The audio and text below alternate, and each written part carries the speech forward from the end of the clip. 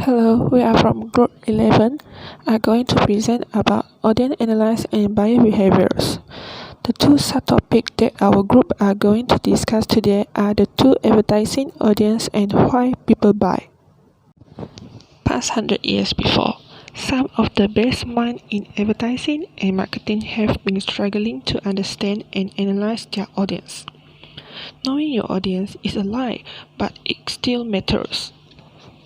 When you really know your audience, you know exactly what to say in your marketing. Although this struggle has always been important, today's environment put additional pressure on advertising. In three areas which are looking for a greater degree of accountability, everything are increasing nearly every category and face more competition than before. The next is about the advantage of knowing your audience. It helps you to figure out what content and message people care about, and it tells you the appropriate tone and voice over your message. Then, we must have clear insight into your audience, give you several keys of advantage like less waste, great effectiveness, and improved buyers and seller relationship. So now I will continue my part of the two advertising audiences. So there are two target market, which is consumer audience and organizational audience. For consumer audience, how does consumer behavior work? Consumer behavior is the study of consumers and the processes they use to choose, use or consume and dispose of products and services, including consumers' emotional, mental and behavior responses. Consumer behavior incorporates ideas from several sciences, including psychology, biology, chemistry, and economics. For consumer audience, there are people who buy or use products to satisfy their needs or wants. And for customers, there are people who buy a particular brand or patronize a specific store. So now I will continue with the organizational audience. The counterpart to the consumer market is the organizational market, which consists of all groups that purchase goods and service to use in operations, to resell to others, to use as raw materials or components. So what is consumer market? Consumer market is the very system that allows us to purchase products, goods and service. This item can be used for personal use or share with the others. Okay, so there are four types of organizational market, such as the industrial or commercial market, the reseller market, the government market, and the non-profit market. So first we will look at the industrial or commercial market. The industrial market consists of business-to-business sales. One business serves as a consumer purchasing goods or service from another business. The company spends on raw materials, equipment, machinery, component, parts, supplies, and services, which makes them a major advertising audience. So actually, industrial market is the reprocessed products or service they buy before selling it again to the next buyer. Next, we will look at the reseller market.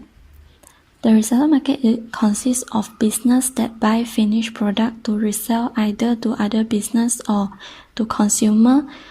Much of advertising aimed at reseller because they are responsible for moving products onto consumer and they themselves represent a major customer segment for business service, warehouse, equipment, and other products. Reseller market actually is wholesalers or retailers that buy physical products and resell them again without reprocessing them. The third one is the government market.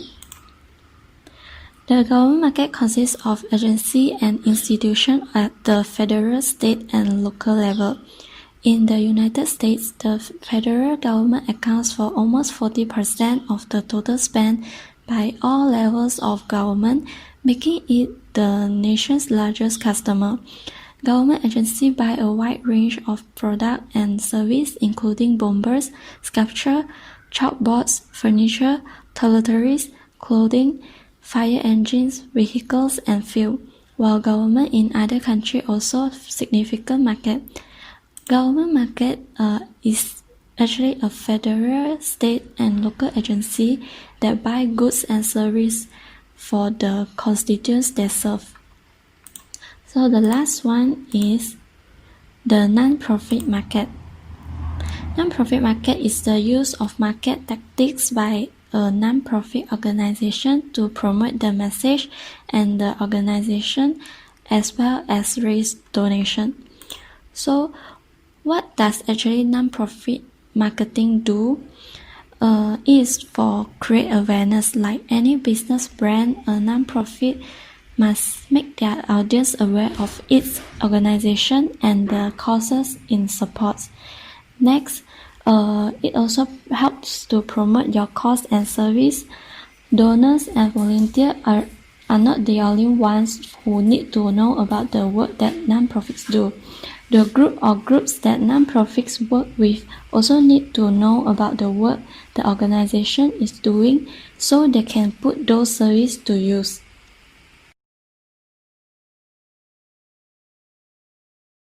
Okay, so I will talk about why people buy. There's three forces that influence a people to buy a product. The first one is psychological influences. These influences include emotions, motivations, attitude, and other internal forces that lead to make a decision by a people.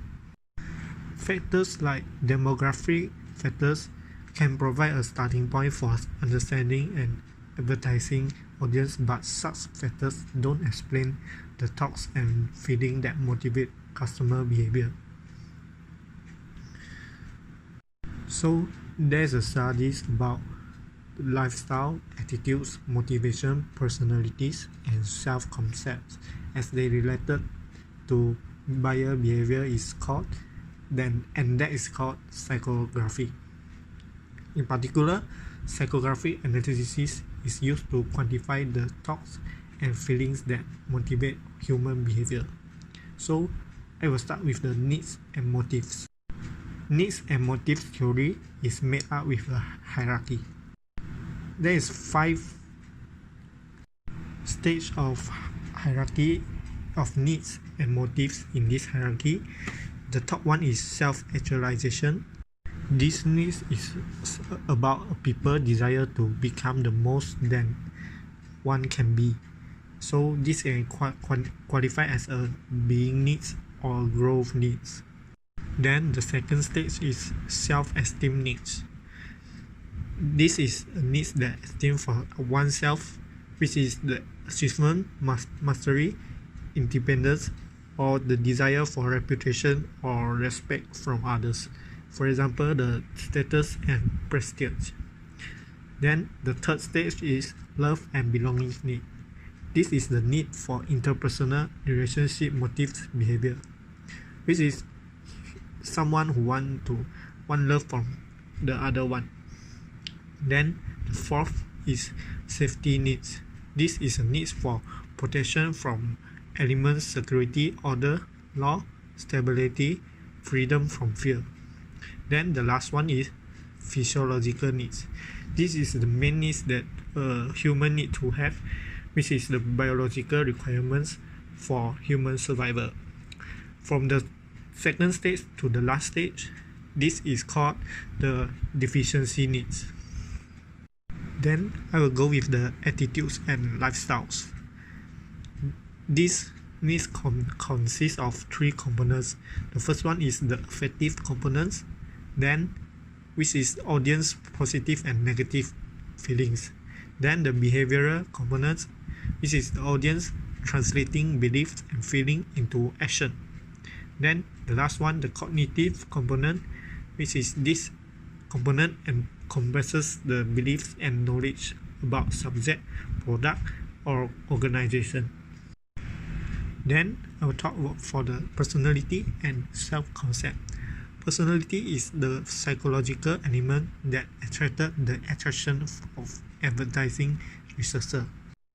This is a person's characteristic and consistent patterns of behavior.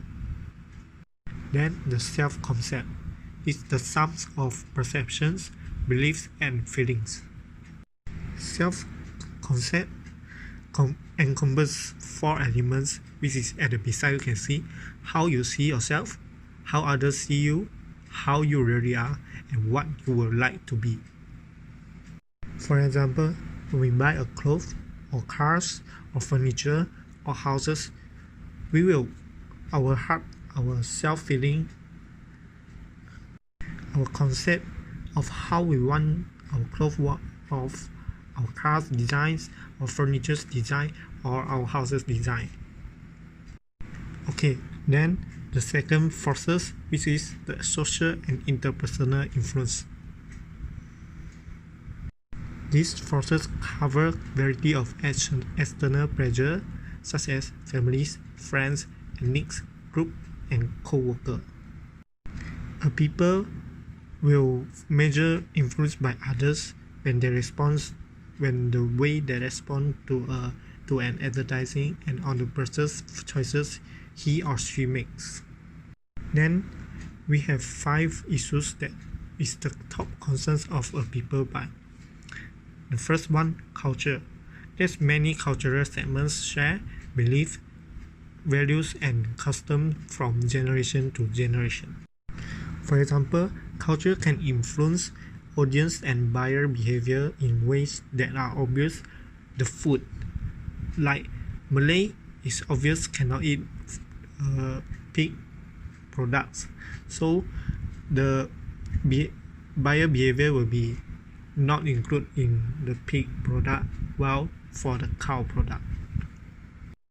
Then the social status. This is determined by occupation based on income, education, position, personal success, social skill, community involvement, and others. Every society has social class, group of people who share similar lifestyle, value, interests, and behavior. A social class can affect an individual's person's behavior regarding the quality and style of clothing. In addition to culture and social status, buyer behavior can be influenced by a reference group, which is one or more people who have direct influence on the buyer's decision making. There are 3 types of reference group. The first one, those to which the individuals belong, for example, family, club, or cultural segment. Then those which he or she aspires to belong, and those that he or she shuns or avoid. Reference group influence people decision by providing information or by pressuring them to conform to group norms, or by offering a set of value for people to identify with and express. Then the word of mouth communication. This is an interaction on communication between customers and potential customers influence purchase decision. This usually influenced by people who call opinions leaders, which is the one who are knowledgeable about products and who command the attention and respect of others customers and potential customers. He or she play a key role in the word of mouth process. Then the last one, household buying behavior. The buyer behavior takes new characteristics when a group of people in a household make the purchase decision. In a household, there is 2 or more persons that can influence decision making. For example, when we buy a car, or when we decide where to go for our dinner. There is a research commissioned by Chrysler over 50 years ago showed that women had significant input into the car buying decisions, and Chrysler increased itself by modifying its advertising to respond to this insight. Okay, then I will go with the last forces that influence buyer behavior, which is the situational influence. These forces include the circumstance surrounding a purchase, or time or reason for making a purchase. The first one is physical surrounding, includes the location, weather, sounds, aromas, lighting, decoration, and factors that make up situation which buyers are exposed to product and purchase them. For example, in a sports shoes advertising, they performed by a person running on a road wearing the sports shoes and showing that it can give benefit to the buyer.